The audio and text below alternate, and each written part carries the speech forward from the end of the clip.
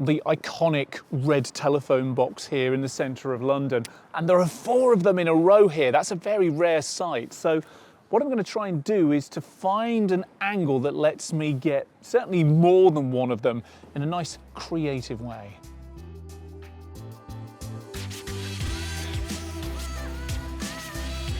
All right, so here's the plan. Let's see if it comes off. I'm going to take a picture of that far telephone box, but through the windows of this near telephone box.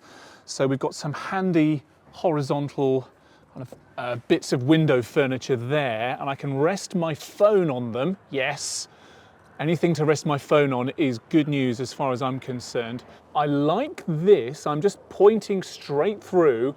It's using the door and the glass of the telephone box, of this telephone box, to frame up the other telephone box, but I do just lose the word telephone. So I'm going to angle back a little bit, and it's, again, really, really helpful with this horizontal bar. So let me just take that. I think I've got, there we are. That's nicely framed up. So just take that shot. And that's sort of works, but what I am getting, and it's different between when I'm flat and when I'm angled up, I'm getting reflections in the glass because the light is hitting the pane of glass with the gap that I've created now between the phone lens, camera lens, and the glass. So I'm just going to try and shade some of it out. So I'm just using my hand as a kind of shade here to stop the light from hitting the glass. Is that working? No. Okay. So I've killed that bit of shade there. Let me try the hand here. There we go. All right. No, because I kind of need 2 hands. So I've got one hand losing the shade, creating shade on that side and losing the reflections. And I need another hand up there. And then I need another hand to sort of take the shot. But actually, I think I do need both hands. So what I can do, actually, right, here's the plan.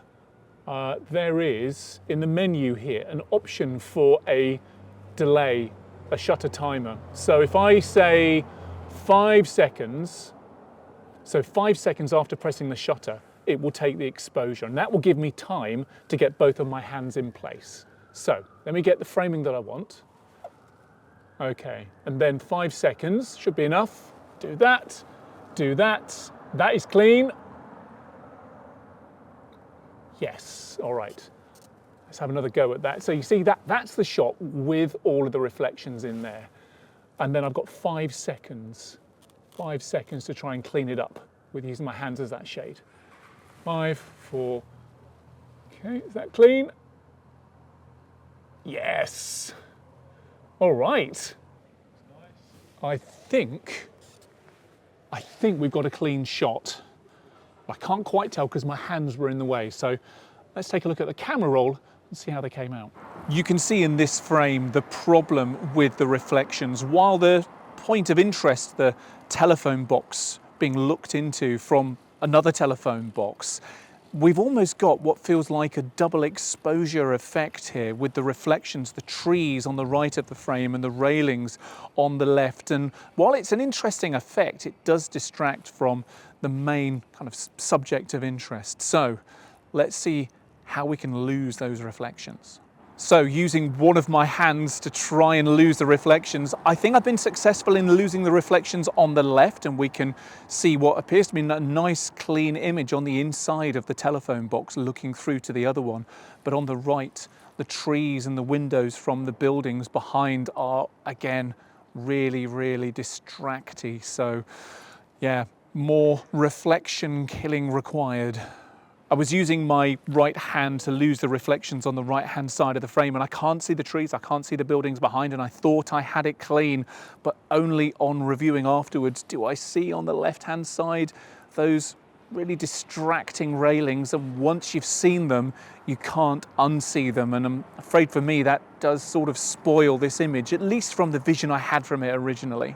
This turned out to be a surprisingly technical shot to lose all of the reflections, but I'm really pleased that I persisted. So by using the shutter delay option on here, delaying for 5 seconds, it gave me an opportunity to get my hands in position to filter out, to shade the reflections on both the left and the right hand side of the frames. So I've got a nice clean shot, and there's a bonus as well, because look at these lovely shadows that were being cast from the frames of the window there on this left hand side wall. It complements, it doesn't distract. So I've got a lovely clean composition. I'm getting more than one phone box for my money, and I'm getting a bonus of some additional interest on the left hand side. Really, really pleased with how this came out.